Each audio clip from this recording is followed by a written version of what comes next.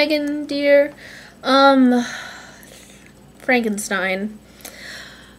He, last 4 chapters, I mean, Henry Clerval dies, and then Elizabeth dies, and it's very sad, but I don't feel bad for Dr. Frankenstein at all. He had everything coming to him. What I feel bad for is poor Henry, who's just, you know, chilling in England, probably doing his own thing. Ooh. That's cool looking.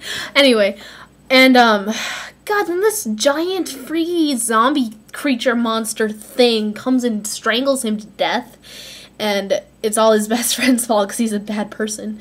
I don't know. I feel bad for Henry. And Elizabeth, okay, I think I probably told you my feelings on this, in that it's kind of freaky to marry your adopted sister, basically, so that whole marriage thing. But deciding to get married in 10 days, it's like you want her to die sooner. What is up with that, man? So, Dr. Frankenstein wants to get married to Elizabeth in 10 days because he wants her to die sooner.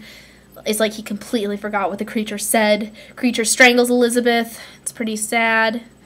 And then, so after that, Dr. Frankenstein goes a-searching for his creature. He follows him all over the world, ends up in the Arctic, gets sick again, and dies.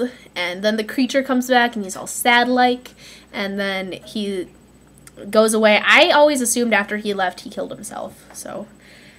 And I feel like, does it say that? I don't remember. It's been an eventful few days. Let me look it up. 1 minute. Okay, I grabbed the book. Here's one thing I really like about this chapter, and I know I'm going off on a different tangent right now, but this is where we get a really detailed description of what he looks like. From, like, henceforth, it's just been he's abnormally large and he's gross looking. But listen to this. I entered the cabin where lay the remains of my ill-fated and admirable friend. Over him hung a form which I cannot find words to describe. Gigantic in stature, yet uncouth and distorted in its proportions. As he hung over the coffin, his face was concealed by long locks of ragged hair, but one vast hand was extended, in color and apparent texture like that of a mummy. When near the sound of my approach, he ceased to utter exclamations of grief and horror, and sprung towards the window.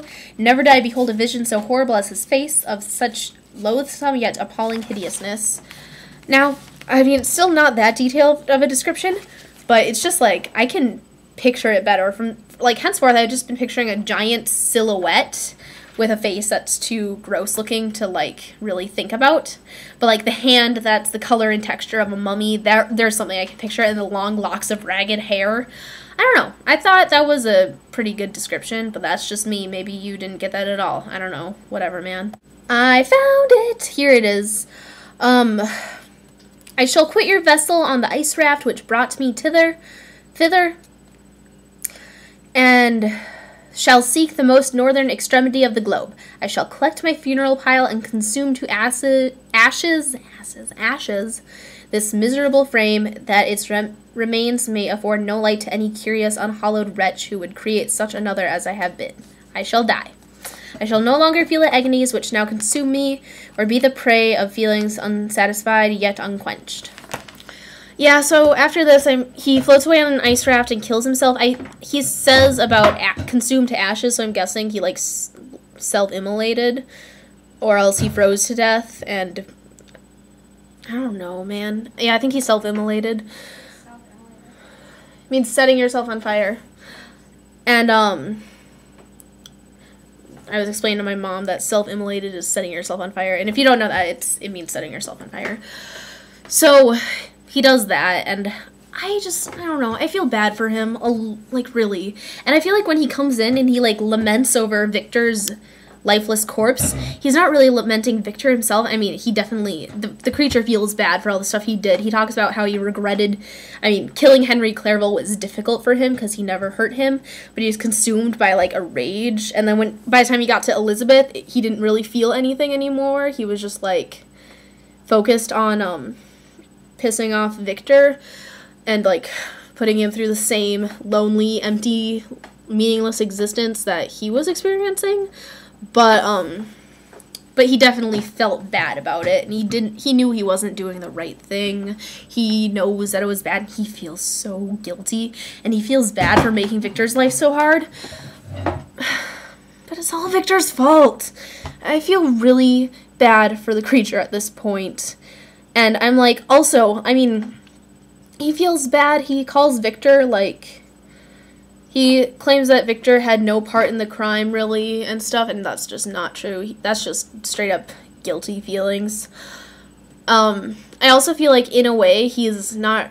Hey, I can see the reflection of my computer in my glasses. In a way, he's not really lamenting Victor himself, just his whole, it's very distracting, his whole situation in general, like his life, his meaningless existence, and everything. He's just, like, upset, and he's projecting on the death of his creator. So, yeah, these last few chapters, that ending. I like this book, though. I really do. In fact, I'm doing this, me and my friend Oriana, who played Margaret in Much Ado About Nothing, which you saw, we're, gonna see if we can do it as a student-run show at our school. She saw some production of it over the summer, and she ordered a copy of the script, and then I know they left some things out, like, they left out the parts about William and Justine, and a couple of other things, and it's told from the point of view of the creature instead of Victor. And we're gonna, like, you know, revise it a bit, A, so we don't have copyright issues, and B, so they don't leave things out. And then we're gonna see if we can, you know, direct it and have it done. And if that happens, you will have to come see it. So, no more Frankenstein. Oh, no, not quite. Last thing. You asked me why Frankenstein goes crazy and gets sick all the time. Maybe he has a brain tumor. I'm reading this book right now. I'm rereading it. It's The Angel's Game by Carlos Ruiz Zafón. Maybe it's Zafón. I don't know. It's one of the two. It's a good book. You should read it. But the main character gets a brain tumor, and he has headaches and bouts of, like, piercing headaches, bouts of nausea, cold sweats, and just, like, crazed laughter at times, and, like, all sorts of weird-ass symptoms, and it turns out he's a brain tumor.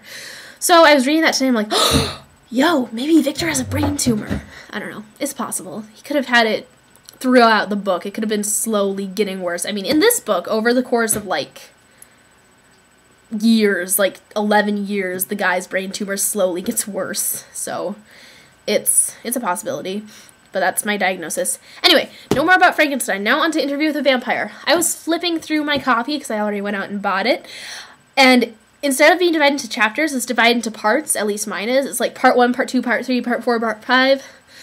Do you want to read half a part or a whole part, like, in sections and then discuss them?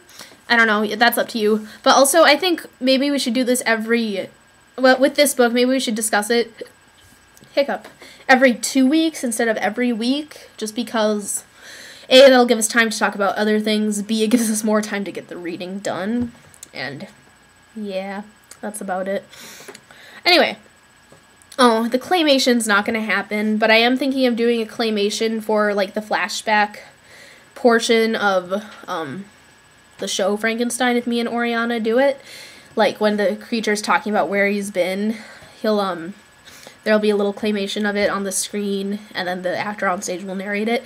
It's an idea I'm toying with. I definitely want some sort of animation, stop motion, or otherwise. I don't know. I'm gonna see how that works.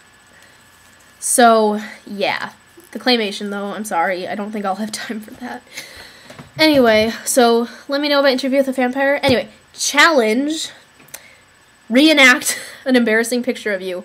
I'm gonna find you my 2nd grade picture and show it to you, and I won't be able to react it exactly because I don't have bangs anymore, but it's awful, and I'm gonna do that one. That one's gonna be good. It'll be great. Anyway, I will see you in person on Saturday because I'm going to go visit you off at college where you're getting educated, and it'll be awesome. And then after that, I'll see you on Tuesday through the internet. Bye!